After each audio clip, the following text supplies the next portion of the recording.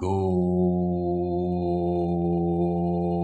morning, good afternoon, good evening, at whatever time you'll be joining me today. Thank you so much for joining me. How are you today? I hope you are better than good. Today, we are looking at one of the most amazing courses, which is leadership management and governance. And this is the introductory part. And it's the most important topic that you need to learn because it lays the foundation of what leadership is all about, of what leadership management and governance is all about. So if you find it hard, if you don't understand most of the things that your lecturers teach you in leadership, this is the topic that is going to help you understand. My name is KOWA NVULULE Simon, and I'll be taking you through this particular session. So this is the introduction to leadership, management, and governance, and you are definitely going to enjoy this particular session. All right, so we go to the first thing that we are going to look at. These are the things that we look at to define the key terms used in leadership, and then we'll go further to outline the principles of management and leadership and governance, and then we'll also discuss the theories of management.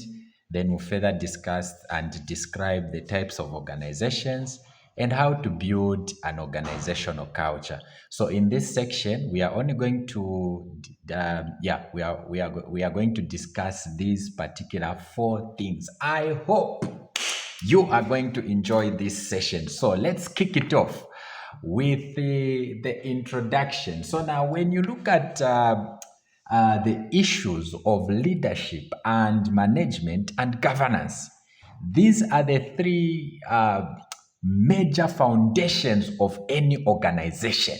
Because for an organization to run, it needs to have a good management, a good leadership, and a good governance system. That is the reason why you as nurses, you are learning this particular topic so that you might know how to lead people, how to manage people, and how to govern people. When you are given a position as a nurse in charge, as a chief nursing officer, it comes with a lot of power. And whoever has got power has a responsibility to lead the people that are under him or her. And this power, just because you have power, it does not make you a leader. That's the reason why we want to back you as you are learning at whatever level you are. We want to back you so that you know how to use that power that you are going to possess when you are appointed to a certain position. So without wasting much of our precious time, let us go and define what leadership is. So we are saying leadership is a process whereby an individual influences a group of individuals to achieve a common goal. For example, when a nurse in charge influences a team of nurses to offer quality health care to patients, we call that as leadership. So leadership has to do with influence. You don't necessarily need to have a position to be a leader, but what you need is influence, being influential. And when you influence people, they willingly follow what you say because they trust you, they respect you, they look up to you, hence you are the leader. Then when we look at management, we are saying this is an act of getting people and transformational resources together to accomplish desired goals and objectives.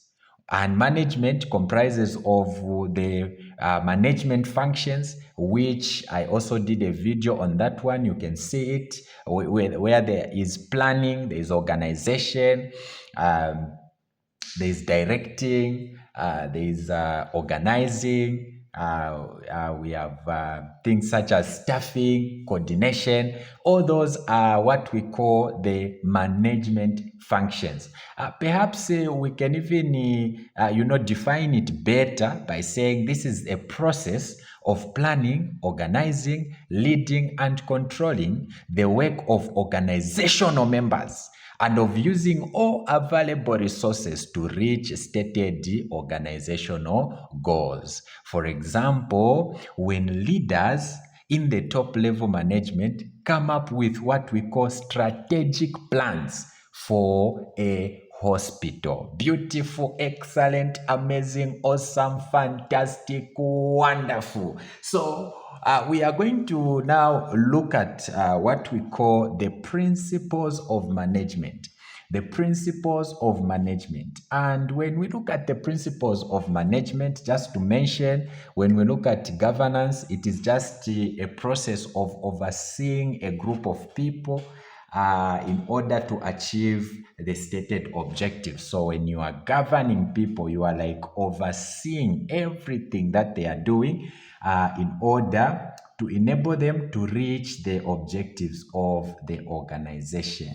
So now when we go to the principles, when you call something as a principle, it is something that must be followed. It is a non-negotiable. You must follow it whether you like it or not.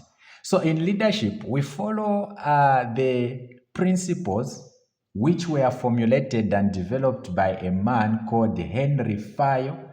Henry Fayo is the father of modern management. He's the one who came up with Fayolism, which says that there are 14 principles that leaders must follow as they lead their company or as they lead their organization. And these are called the 14 principles of management.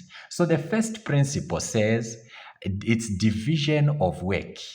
So division of work simply says that when employees are skilled, they must be put in the right job, and this is going to lead them to specialize in what they are doing and be motivated to put in the very best. So division of work just states that put employees in their area of specialization and let them do what they enjoy. So for example, if one person has studied what we call pediatric nursing, when you are putting these people in the wards to work from, the pediatric nurse must be put in the children's ward or pediatrics ward. We call that as the division of work, where you put workers where they are specialized, where they love to be, in order to motivate them, which will increase the work output. Number two is authority. So authority is just the ability to give orders. So you are going to say that this principle states that a leader or a manager must have the ability to give orders, but must remember that authority comes with responsibility. Just because you have given an order, whoever you have given an order to do something, whatever they do is a reflection of you as the manager. So if you send someone and they do a miserable job, it is you, the leader, who has done a miserable job. If you send someone to and they do extremely well, you are the one who is going to get the credit. That's why they say that wise leaders work with people who are wiser than them, because they know that at the end of it all, no matter how wise an employee is, the one who gets the credit at the end of it all is the boss. Okay, so that is authority. Number three is discipline. So discipline, you just say this is the ability to uphold and respect the rules, the formal and informal agreements in an organization. So there is need to have discipline in an organization, because the employees must follow the formal and informal agreements. If they do not follow those things, there should be some disciplinary measures that are put in place to be able to rectify that particular action. So at work, you find that we have what we call code of ethics or code of conduct, which every employee must follow. And one of the major things is to uphold professionalism. So that is part of discipline. Number 4, unity of command or unit of command. This one states that employees must have only one supervisor.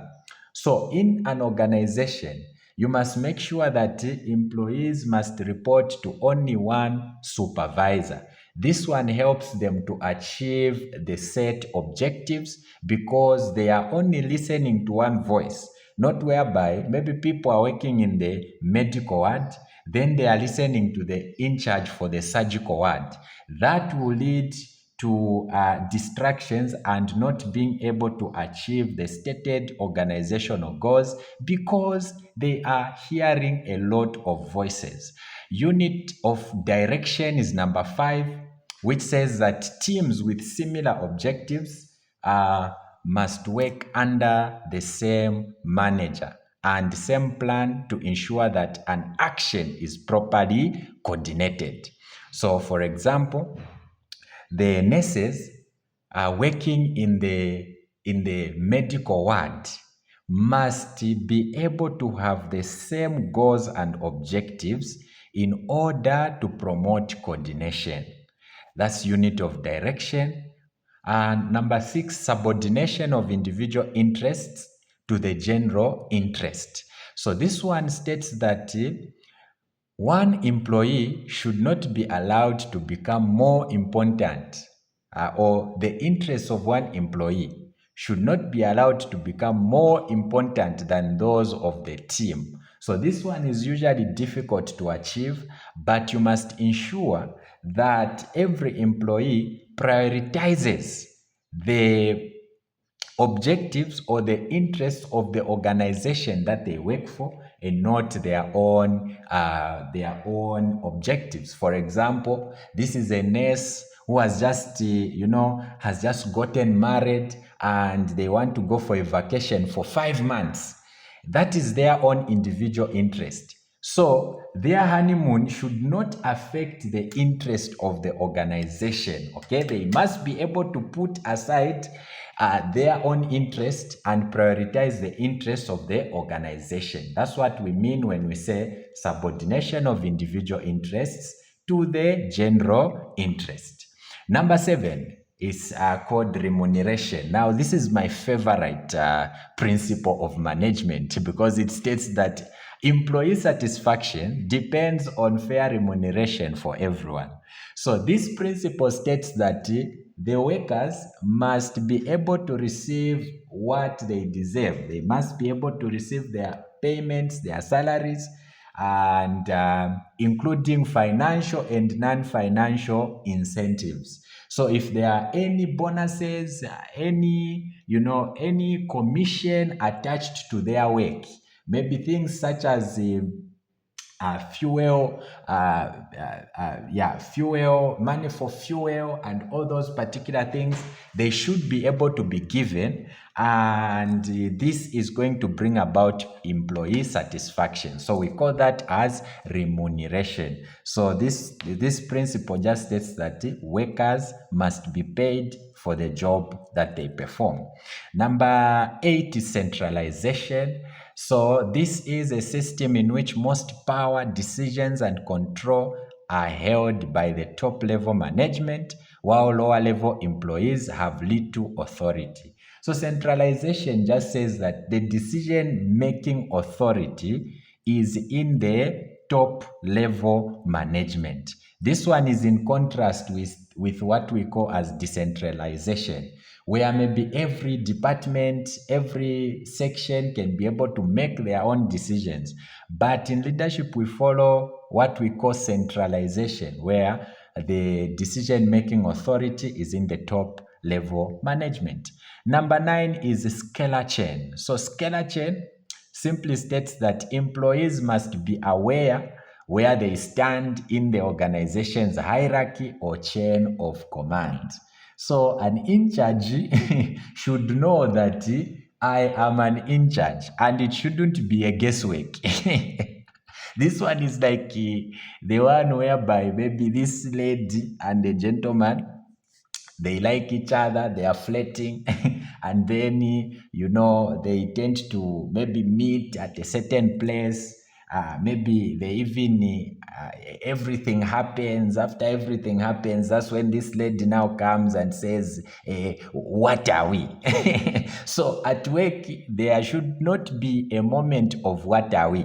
There should be scalar change where every employee knows where they stand. If there is a position that is given to someone, they should be aware that that is their position.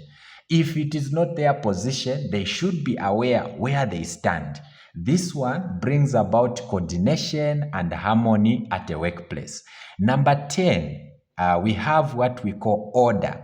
So order states that everything and everyone must be in their original place. Everything and everyone must be in their original place. So, okay, so we are saying that the right man must be placed in the right place. So, for example, nurses should be where they are supposed to be in the ward. Okay, and also let's say the workplace must be clean, it must be tidy, and it must be safe for employees. That's the reason why nurses always do dam dusting when they report. They follow this principle of management, which is called order. Number 11 is equity. So equity states that the manager must exercise fairness to all staff members at all time. And this is a combination of kindness and justice towards employees. So equity is not the same with equality. When you say equality, this is where you treat everyone the same. But equity, this is where you treat people fairly according to the circumstance. So for example, for female employees, there is always one day which is given to them. It's called Mother's Day, where if the person is just starting their menses, they are allowed to miss work for one day in a month. But guess what? There is no Father's Day. There is nothing like, no, if you are a man, since they are giving a lady one day off for Mother's Day, we should also, advocate for Father's Day. It's not like that. Because what we use is equity and not equality. Beautiful, excellent, amazing, awesome, fantastic. Then number 12, we have stability of tenure of personnel. So this principle just states that employees need to be given time to settle in their jobs. And you must, at every moment, you must avoid what we call employee turnover. So employee turnover is just firing people anyhow. You must make sure that you don't fire employees anyhow. That is minimizing employee turnover. Number 13, initiative. Initiative, we just mean that employees should be given the necessary level of freedom to create and carry out their own plans. But it should be within the limits of authority and discipline. Number 14, which is the last principle, states that a manager must promote harmony and a team spirit and unity in an organization. That's what we call a spirit de corps. Beautiful, excellent, amazing, awesome, fantastic. Let us go ahead and look at what we call management theories. Management theories. So when you hear something which is called a theory, before we go ahead, let me just share a motivation with you. And it is a statement which is actually on my desk right now. And it is saying, as long as you don't give up, you will never be defeated. As long as you don't give up, you will never be defeated. So be a person who always believes that you can make it no matter what and never give up. As long as you don't give up, you will never be defeated, because defeat comes when a person gives up. All right, let me not get into the motivational speaker mode. Let's go back to the lesson. So when you hear a management theory, a theory basically is just a collection of ideas or it is just a group of general rules on how a certain phenomena must be done. In this case, since we are talking about management, so a management theory is just a collection of ideas which sets general rules on how to manage a business or any organization. So we have a few management theories that I am going to explain to you today. This is going to be amazing. This is wonderful. I'm sure even as you are listening to me, you are hearing or you are feeling where you even feel that I've started passing. You are scoring marks already in the NMCZ exam. So the first one is the administrative management theory, which was developed by Henry Fayol. The second one is scientific management theory by Frederick Taylor. The third one, X and Y management theory by McGregor. The fourth one is the behavioral management theory by Elton Mayo. The fifth one is the system management theory. Then there's contingency management theory and quantitative management theory. So when we look at the administrative management theory, it is the same one which we were looking at when we were talking about the 14 principles of management. So Henry Fayol is the one who created the administrative theory, which comprises of the 14 principles of management, which we have already discussed. So he just stated that a manager must follow 14 principles when managing an organization. For instance, we have things such as esprit de corps, order, remuneration, unit of command, and unit of direction, to mention just a few. All right, so we go to the next one, which is the scientific management theory. So the scientific management theory is also known as the classical management theory. It was developed by Frederick Taylor, and Frederick Taylor just stated that there should be careful specification and measurement of all organizational tasks. And in this theory, tasks are standardized as much as possible. And due to this standardization, workers are rewarded and punished according to their job performance in order to increase productivity or performance of an organization. So, for example, if a nurse is able to report on time, they are able to give medication, give injections, damn dust, and do all those wonderful things that are done on the ward. You find that this principle states that that person must be rewarded. If they do otherwise, they need to be punished. That's what scientific management theory, also known as classical management theory, that's what it states. Then we have also this one, we just gave an example, such as an in-charge can do task allocation to nurses on duty and follow up their tasks completion afterwards. So that is an example of scientific management theory.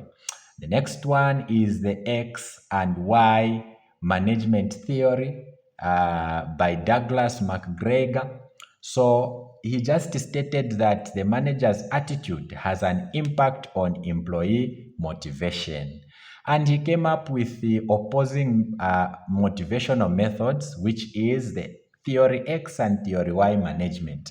Now, when you are answering a question in the exam, please don't separate these two theories. It is one theory which has two motivational methods, which is theory X and theory Y.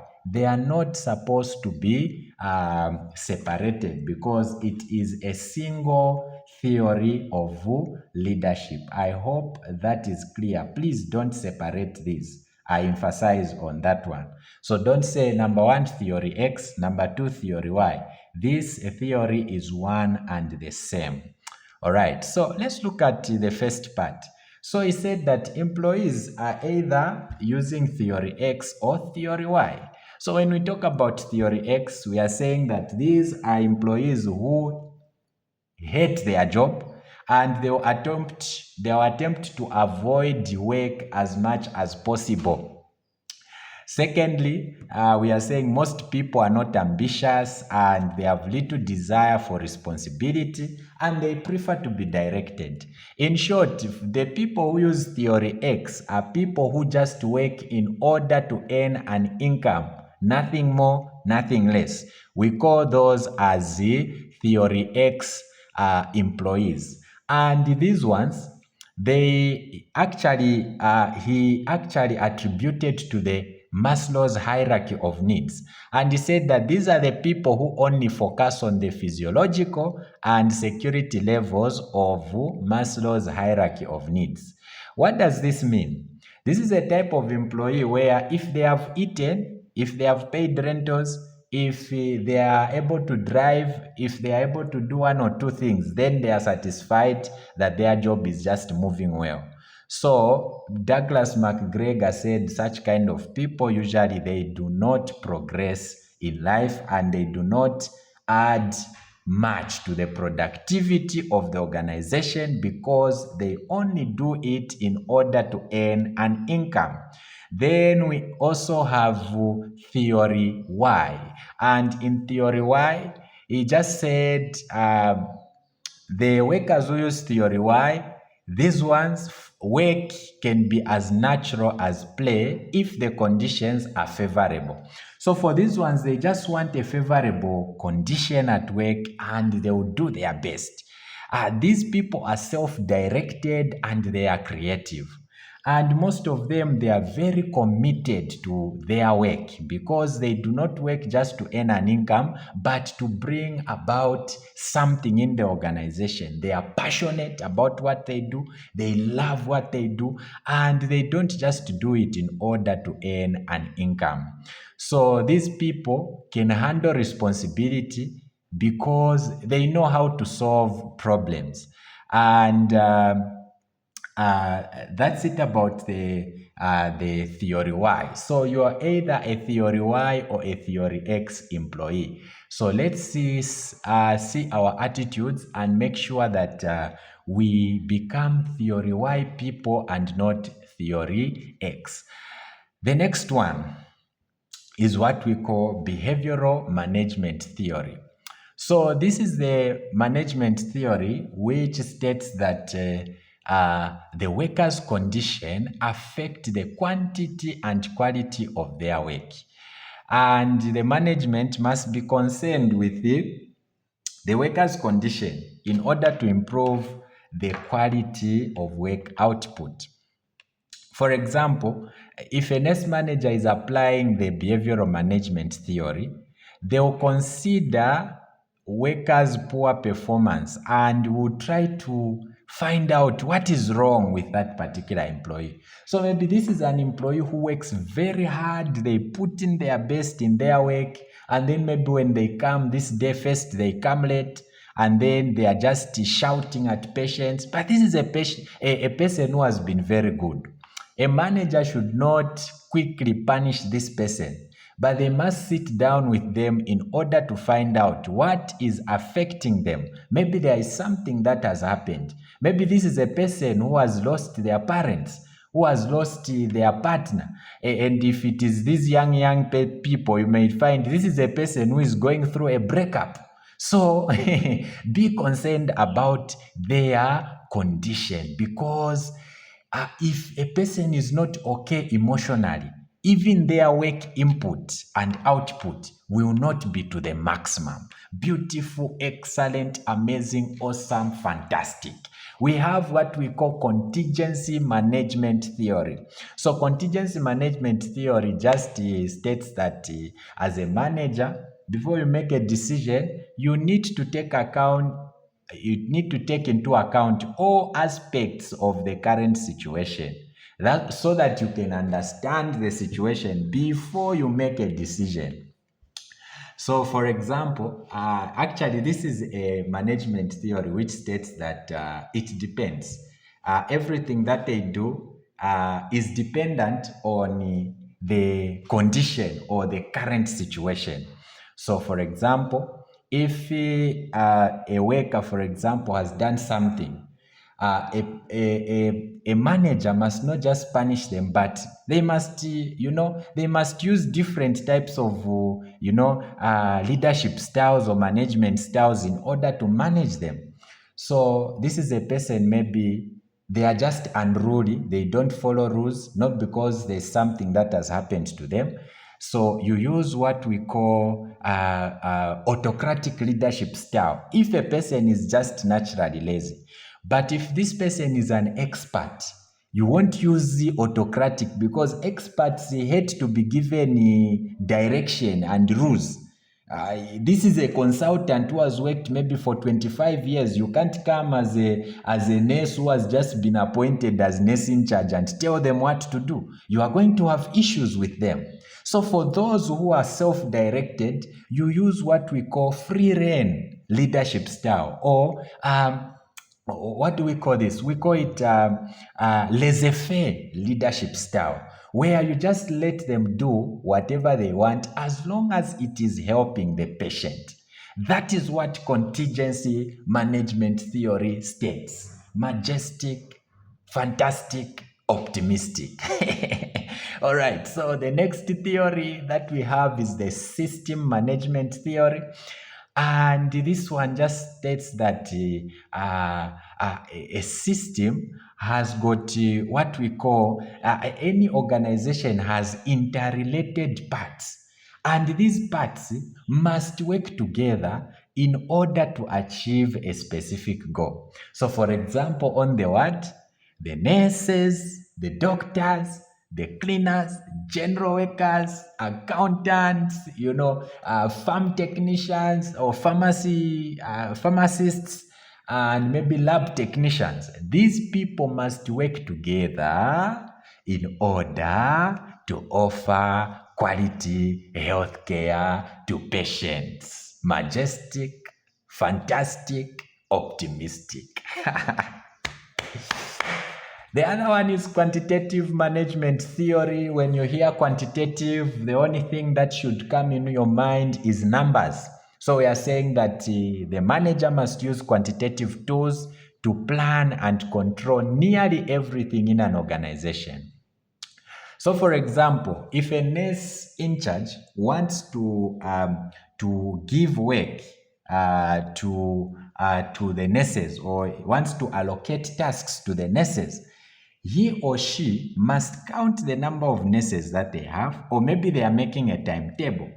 They must count the number of nurses and put them or allocate them in different shifts according to the number of nurses that they have. So for example, if this manager has got 10 nurses, he or she should be able to put 2 in the morning shift, 2 in the afternoon shift, 2 in the night shift. The other 2, obviously, they are only nights off. So that is how you use the quantitative management theory. Beautiful, excellent, amazing, awesome, fantastic, wonderful, courageous, confident, and all the beautiful words that you can say. So now we are going to progress to look at organizations. Today's lesson is fully baked. Today's lesson is fully baked. So on the little break that we are going to take, I want you to know that you are your greatest capital. You are your greatest capital. And if you are going to make it, you must rely on yourself. You must be self-reliant. If you are going to pass your exam, you must be self-reliant. Don't rely on your lecturer. Don't rely on your friend. Don't rely on anyone else, because the primary ingredient for passing is you as an individual. So take charge of your life and ensure that you do your very best. Okay, so we are looking at organizations. So when you say an organization is simply, it's simply a social unit of people that is structured and managed to meet a need or to pursue collective goals. Okay? An organization is a social unit of people that is structured and managed to meet a need or to pursue collective goals. Or it is just a group of people working together, who come together in order to achieve a specific goal or objective. So we have a few types of organizations that I would want us to discuss. But before that, let's look at the purpose of organizations. Number one, it helps to achieve organizational goals, because these are different people who are coming together in order to achieve goals. They are coming with different gifts, different talents. When they put themselves together, they are able to achieve organizational goals. The other one is optimum use of resources. So you are going to see that an organization, one of the purposes is to utilize the available resources. And whenever you hear a word resource, you need to have four things that come in your mind, which is abbreviated as a 3M plus T. So there's manpower, there's money, there's material, and time. Those are the four fundamental resources that we have in leadership, management, and governance. The next one is to perform managerial functions. So an organization gives chance to individuals to be able to plan, organize, direct, control, coordinate, and staff a group of people. The next one is it facilitates growth and diversification. So since these people are coming in with the different expertise, different skills, different capabilities, it helps the organization to grow and also to diversify into different things that are going to help it achieve the organizational goals. So we're going to go further to look at the types of organizations that exist. And the first one is none other than what we call the hierarchy or pyramid organization. So when you hear hierarchy or pyramid organization, it just comes from the word pyramid. So this is where you have one individual as the top manager, okay? One individual as the top manager. And the hierarchy organization is an organization which has what we call machine bureaucracy, which means they strictly follow rules and guidelines. Okay, they have a system of communication, they have a hierarchy of leadership which they follow, but one person is the top leader. A pyramid organization or a hierarchy organization follows rules and procedures, and this is a vital part of their organizational culture. The next one is what we call a committee or jury. Now, most of you have belonged to what we call a wedding committee. You are going to understand why we call it a committee. So a committee or jury is just a group of peers who decide collectively, such as by voting. So the difference is that when you call a specific organization as a jury is a group of peers who, when they just make one decision, that particular organization is dissolved. It is only meant to meet one objective.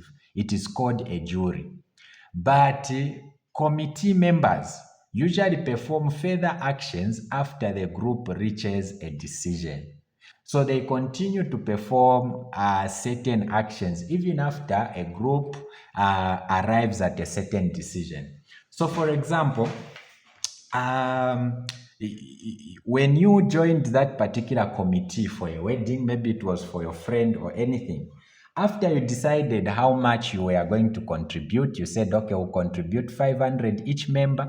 After making that decision, you went further to decide on what kind of clothes are we going to wear. And this is where now you start hearing colors that you've never heard before. No, let's wear cockroach brown. Guys, brown is just brown. There is no cockroach brown. There is no rat brown. I don't know where you get all these complications on colors.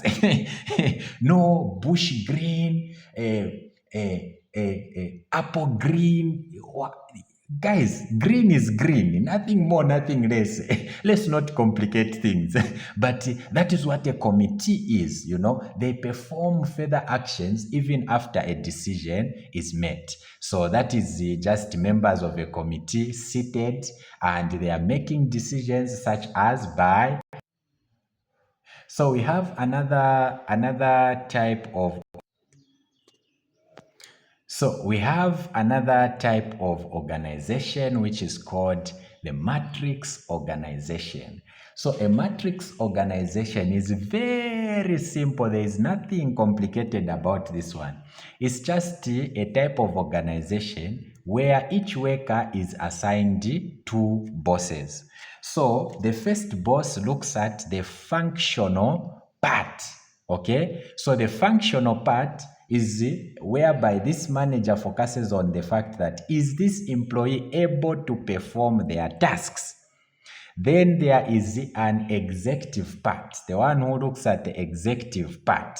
This one looks at the ability for a person to accomplish specific projects and tasks.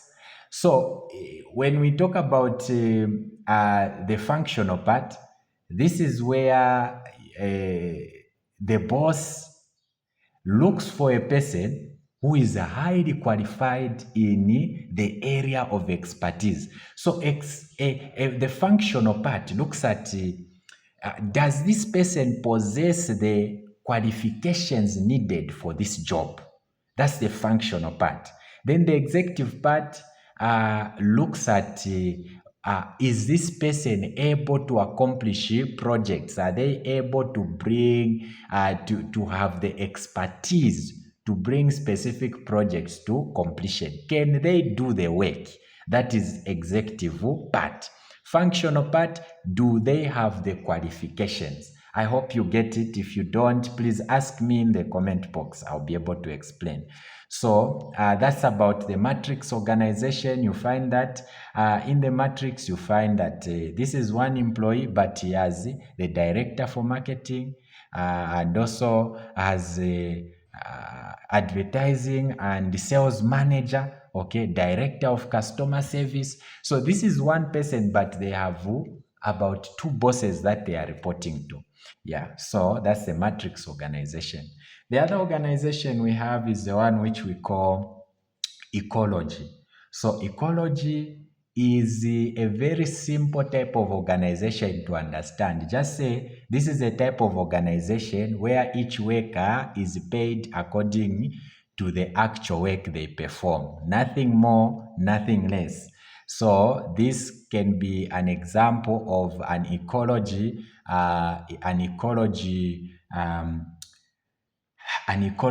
organization where you see the individual there, then there's the macro system, there we have the family, peers, school, and everything. So this organization is just going to pay this person according to the work that they are going to perform. So for example, we hear of people working maybe in the UK or in these other places, the first world nations. You find that when a person reports for work, they are paid hourly. So if a person does not show up, they don't get paid. If they show up, they work for 2 hours, it's none of the boss's business. The person can knock off, but they only get paid for that same 2 hours. But you find that in third world nations, for example, in Zambia, it's a different system. You are not paid per hour, you are paid monthly. So sometimes you find that a person, whether a person works or not, at the end of the month, they will expect to get something. So that is what we call an ecology organization. So let's progress to look at organizational culture. And when we say organizational culture, is just the values and behaviors that contribute to the unique social and psychological environment of an organization. So when you call an organizational culture, it's the same as the behavior of an individual. When you say, this individual behaves well, this individual does not behave well, now refer it to an organization. So this is when you just say organizational culture, it is just the philosophy that organization follows, the expectations that they have, the experiences that they have, or the self-image of an organization. That's what we call the organizational culture. All right. So now, when you are building an organizational culture, you must be able to recognize that the people must be connected, and they must embrace and participate in the change that they want to happen. You must inform the people that this is the change that we want to bring about. This is the culture we want to embrace. If you want to be good to your customers, if you want to provide excellence and quality products and services, inform them. Then develop, your own language and behavior. So word by word and deed by deed. This is what creates a culture. If you want to create a culture of positivity, make sure that you communicate to it. Come up with a language and a behavior. Now, we are not saying that you should invent your own language, such as no Portuguese, no English, no Chinyanja. That's not what we mean. What we mean is that you must come up with the way you speak, the way you handle things, the way you behave. It should communicate to the organizational culture that you have. So, this one is the most critical factor, and it determines the organization's capacity, effectiveness, and longevity. So you must be able to treat your clients well, the people that you lead well, so that they are able to encourage the customers, and also you have business in your organization or in your hospital. All right. So it should be something that aligns with the mission and the vision of that organization. But if your mission and vision are different from the organizational culture that you have, then the organization is going to go down. Okay? So, as a leader, pay attention to the organizational culture that you have. Is it something that inspires progress, or is it something that is bringing down the organization? So that is the end of our Unit 1 in leadership. Always remember to radiate positivity and put your positivity in action. So kindly subscribe and like and comment and share this lesson to your friends. And if you would like to contact me, my contacts are in the comment box, or you can reach out to me on WhatsApp on 973643182. Thank you for listening. Thank you for watching, and bye bye. May you pass at first attempt.